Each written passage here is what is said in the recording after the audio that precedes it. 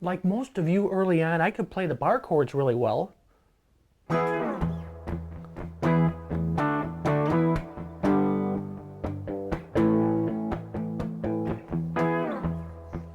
And then I just took the first chord, which was E, and just played the minor pentatonic scale.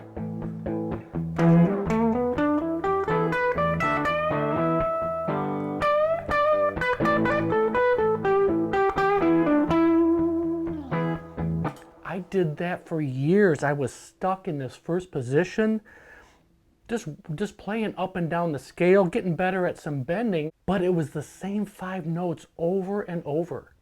The number one thing we can do today to be a better improviser is have a connection with the chords that we're playing and that scale. So important. I'm not sure why I didn't hear that early on.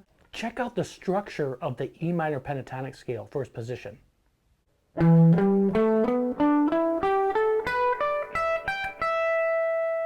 The scale we know and love, but let's quickly take a look at these chords. E chord,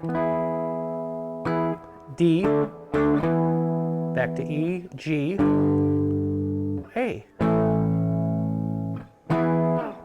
Those chords are also at our fingertips within this E minor pentatonic scale here. E chord, E, G sharp, B, D chord, A, D, F sharp, G chord, D, G, B, A chord, E, A, C sharp. Look at these shapes. These shapes are right in line with this pentatonic scale. They're right at our fingertips. Check out this box within the minor pentatonic scale.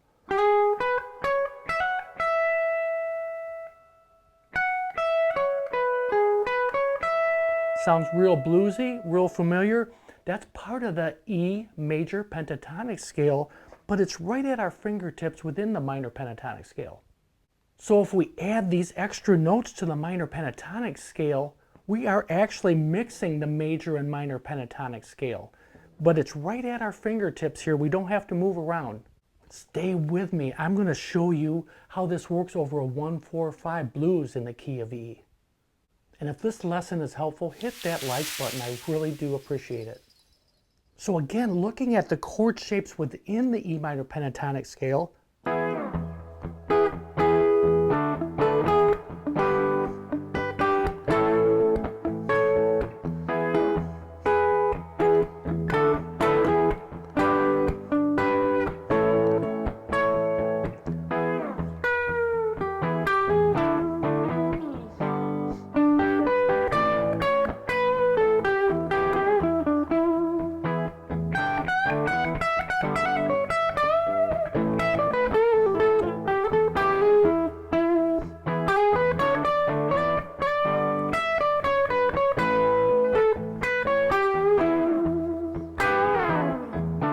so again, we're mixing the major and minor pentatonic scale in a very simple way, but really makes our playing come alive.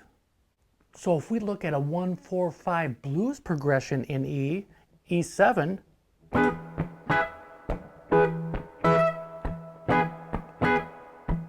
A9, E7, B9, A9, E7.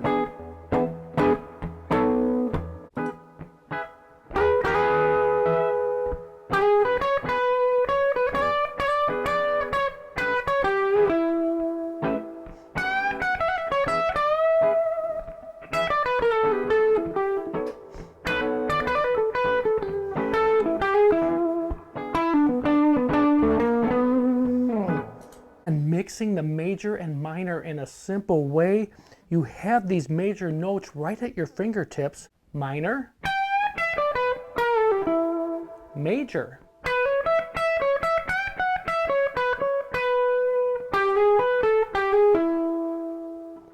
I'm naturally lazy, so I really don't want to take time to kind of look ahead, but it's so important.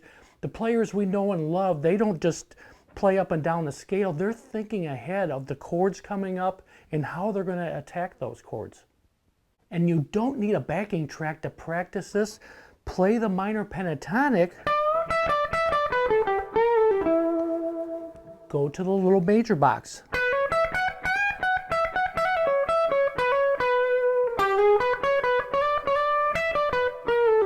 And back to minor.